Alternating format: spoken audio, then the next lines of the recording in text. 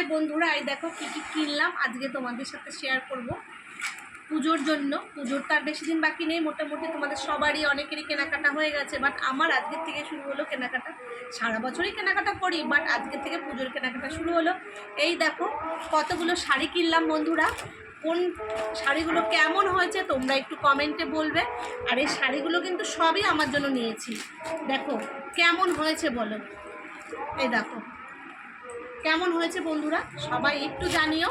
এই যে কটা শাড়ি কিনলাম বলো তো, একটা, দুটো, তিনটে, চারটে, পাঁচটা, ছটা, সাতটা শাড়ি কিনেছি। আর এই দেখো একটা চুড়িদারও কিনেছি, 3 পিস কিনেছি একটা। আর এটা হচ্ছে মেয়ের জন্য, মেয়ের এখনও হয়নি কিছু কেনাকাটা, তা ভাবলাম আমি কিনবো।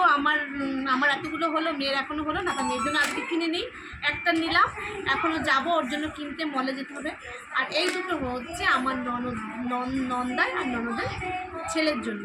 কেমন হয়েছে সবগুলো তোমরা কমেন্টে জানিও। বিশেষ করে শাড়িগুলো কেমন হয়েছে বলবে। আর শাড়িগুলো কিন্তু সব আমার নয় বন্ধুরা, এই শাড়িগুলো আমি সবার জন্য কিনেছি।